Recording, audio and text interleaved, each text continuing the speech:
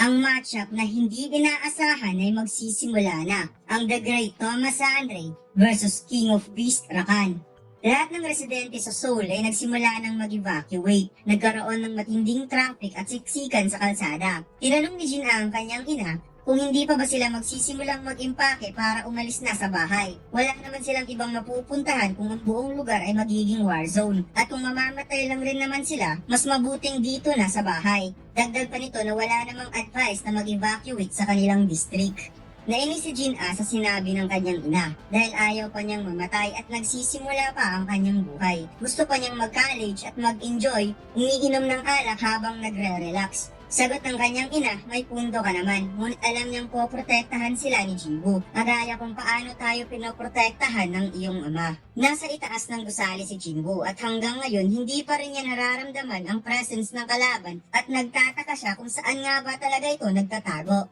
Alam niyang siya lang ang makakapigil ng mga monster in case magkakaroon ng dungeon break. Ngunit napakahirap sa kanyang part na pipigilan ito na walang mamamatay. Naisip ni Jinwoo kung ito na ang katapusan ng mundo, sino ang taong paglalaanan niya ng oras. Nakita ni Jinwoo ang mga contact number ng kanyang pamilya at iba pa. Ngunit may isang contact number na nag-catch up ng kanyang mga mata. Ang contact number ni friend na nagsimula sa capital letter C. Lumipat ang eksena sa dojo school ni Mr. Song at makikitang pawis na nagsasanay si Cha Hae-in. Napansin ni Mr. Song ang pagdadalawang isip ni Cha Hae-in sa paggamit ng espada at nag-aalala siya dahil parang may takot sa puso itong si Cha Hae-in. Napansin ni Cha Hae-in na nag-ring ang kanyang cellphone at parang kinilig ito na nagpaalam sa kanyang coach na sagutin niya muna ang tumawag sa kanya. Nakausap ni Cha Hae-in ang tumawag sa kanya at bigla siyang nagpaalam kay Mr. Song na kailangan niyang umalis dahil mayroon pa siyang hahabulin na oras habang namumula ang pisngi nito. At kaagad namang pumayag si Mr. Song dahil baka ito ang dahilan ng hesitation ng kanyang estudyante. Lumipat ang eksena sa napakagandang amusement park at nagulat ang mga tao sa kanilang nakita dahil nakita nila si Song Jinwoo kasama si Cha Hae-in. Ang lahat ng tao na nasa park ay pinag-uusapan at pinagtitinginan ng dalawa sa couple na nagdi-date. Sinabi ni Jinwoo, akala niya walang gaanong tao dito since mayroong lumitaw na napakalaking gate, ngunit hindi niya in-expect na napakaingay pala ng lugar na ito. Habang si Cha Hae-in ay hindi mapigilang ma-awkward sa reaksyon ng mga tao sa kanila at nagtanong ito kung gusto nga ba talaga ni Jinwoo ang lugar na ito para pasyalan nila. Sagot ni Jinwoo, hindi naman gaano, pero palagi akong pumupunta dito. Sagot ni Cha Hae-in, subalit bakit kasama ako? Sagot naman ni Jinwoo, dahil si Cha Hae-in lang daw ang nag-iisa niyang kaibigan. Nagulat ang babae at wika ni Jinwoo kung naaalala pa ba ni Cha Hae-in ang sinabi niya sa werdong statua na friend daw sila. Kaya natawa na lamang si Jinwoo at hindi makapaniwala ang babae na narinig iyon ng ating bida. Ginamit ni Jinwoo ang mga shadow soldier as a bodyguard upang i-block ang mga tao na gustong lumapit sa kanila para makunin sila ng photo. Habang napaisip si Cha Hae-in na magdadalawang taon na mula nung naging hunter siya at hindi na niya naaalala kung kailan siya nakaranas ng ganitong saya. Kakaiba daw ang kanyang nararamdaman kapag nasa tabi niya si Jinwoo dahil mayroon itong special na amoy. Tinanong ni Jinwoo kung gusto nito na mag-ride at kaagad naman pumayag si Cha Hae-in. Masaya si Cha Hae-in na nag-ride kay Jinwoo. Sumakay ng ride kasama si Jinwoo. Kaya naisip ng ating bida na parang hindi lang siya ang may gusto nito. Sumakay sila ng roller coaster at makikita mo naman sa reaksyon ng dalawang S-rank hunter kahit katiting hindi nakakaramdam ng pangamba sa bilis ng roller coaster. Pumasok ang dalawa sa horror boat, ngunit dumaan lamang ang mga ito na parang hindi napansin na mayroong nagmumulto-multuhan. Kumain muna ang dalawa at tinanong ni Jinwoo kung nag-e-enjoy ba si Cha Hae-in. Wika nito na nag-i-enjoy naman siya. Ngunit tanong ng ating bida bakit daw hindi ito sumisigaw at tahimik lang. At na-realize ni Jinwoo na napakahina lang ng ride para sa isang mga S-rank hunter na kagaya nila. Kaya inimungahay ni Jinwoo kay Cha Hae-in paano kung magra-ride silang dalawa na may kasamang trail. Lumipat ang eksena sa himpapawid at makikitang sumakay ang dalawa kay Kaizel upang mag-ride sa napakataas na altitude. Tinanong ni Jinwoo kung ano sa tingin ni Cha Hae-in ang ride na ito. Nagulat si Cha Hae-in sa kanyang naramdamang saya kasama si Jinwoo at nakita niya ang napakagandang tanawin ng kalangitan. Tinanong niya si Jinwoo kung bakit sila pumunta sa amusement park kung pwede naman nilang ma-experience ang ganitong saya. Sagot ni Jinwoo, dahil malapit lang sa park na iyon ang gate na pinasukan ng kanyang ama bago ito naging missing. Kaya palagi niya itong binibisita. Wika ni Jinwoo na mayroon pa siyang gustong ipapakita kay Cha Hae-in. Pagkatapos pumunta ang dalawa sa isang napakagandang lugar kung saan makikita ang napakadaming stars. Lumipat ang eksena sa gusali ng Hunter Association. Naganda ang lahat ng mga hunter para sa paparating na dungeon break dahil ilang araw na lang magbubukas na ang gate. Ipinakita ang isang hunter na naglalakad sa streets. Since siya ay isang birang hunter, dapat hindi siya magpakampante at handa siya sa anumang oras. Bigla siyang nabangga na ikinainis niya at napasabing what the hell. Ngunit nakita niya isang napakalaking nilalang pala ang bumungga sa kanya.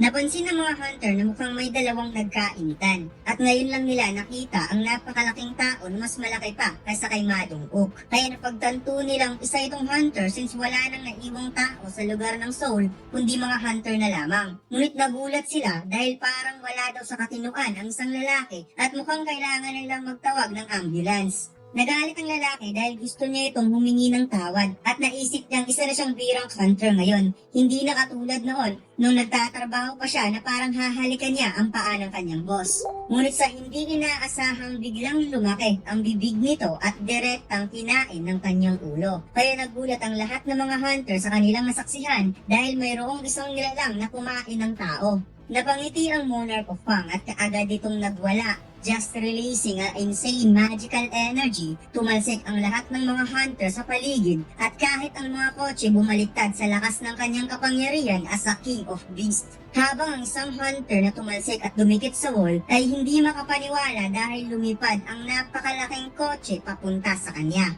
Sinabi ng King of Beasts sa lahat ng mga hunter na ngayon na ang oras para ubusin ang lahat ng taong mababang uri. Pupunit-punitin daw niya ito gamit ang kanyang kuko at pangil dahil siya ang King of Beasts at wika pa niya, subukan niyo akong pigilan kung kaya niyo.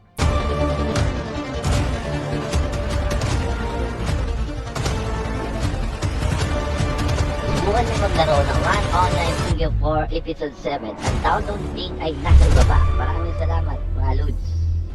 Lumipat ang eksena sa magandang lugar na pinuntahan ni Jinwoo at Cha Hae-in at makikitang uminom ng tubig sa lawa ang babae. Naisip ni Jinwoo ang hotel na malapit lang at nagsiserve daw ito ng napakasarap na pagkain. Kaya inaya ni Jinwoo si Cha Hae-in na kumain muna. Tinawag ng ating bida si Kaizel kaya nagulat ang babae dahil akala niya malapit lang. Tugon ni Jinwoo, malapit lang daw ito. Nasa 5 minutes lang kung tatakbuhin niya with full speed. Kaya napaisip ang babae kung ilang miles ang kayang takbuhin ni Jinwoo gamit ang full speed.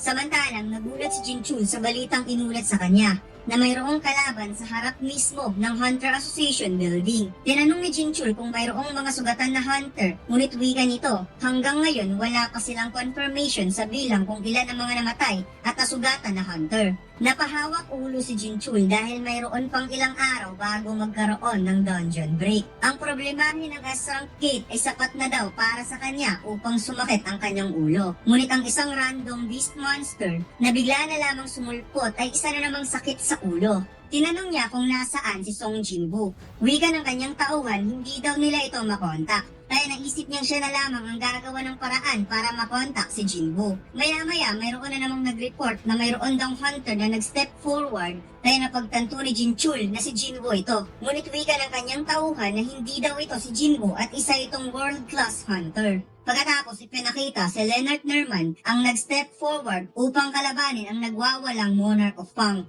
Napatanong ang German hunter kung kaya niyang talunin ang beast at mukhang ito ang dahilan kung bakit siya nandito sa Seoul, South Korea dahil tinadhana na siya ang pipigil sa monster na ito. Habang pinagpapawiso ng German hunter, mayroon siyang narinig na boses na parang pinapapaalis siya at biglang hinawakan ang kanyang ulo. Ito pala ay si Thomas Andre at sinabing umalis ka sa dinadaanan ko.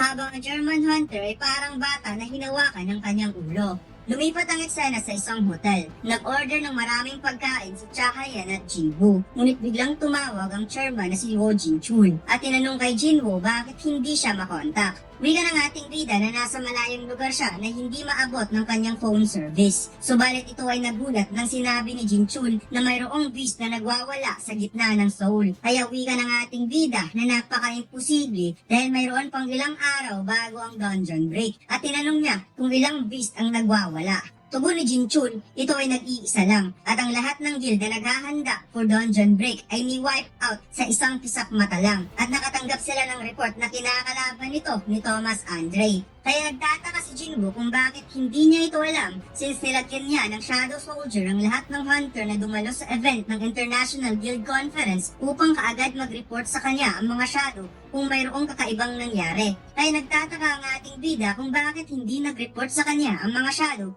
kung mayroon namang napakalakas na beast na nakalaban ng mga hunter na pinoprotektahan nila. At napansin niyang ang presence ng kanyang mga shadow ay napaka-weak. At parang mayroong interference signal na hindi niya alam kung ano ang nangyayari. At sinabi ng system ang kanyang mga shadow soldier ay hindi niya maabot.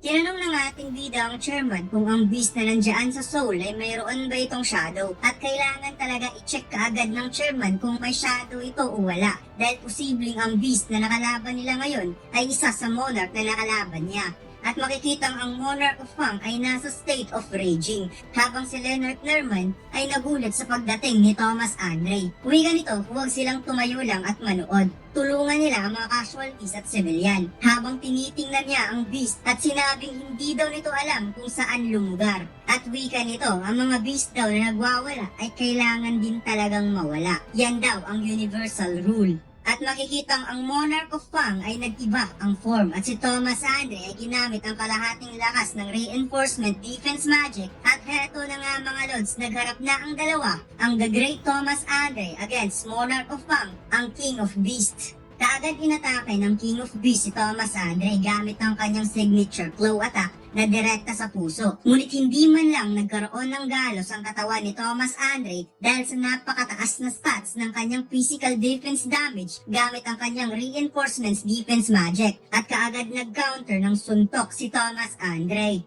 Ramdam ng King of Beasts ang suntok ngunit tinawanan lamang niya ito na parang mas lalo itong na-excite sa laban ngunit hindi niya napansin ang follow-up attack at nakita niya ang palad ni Thomas Andre ay nasa kanyang mukha at kaagad siyang ni-knockout dito.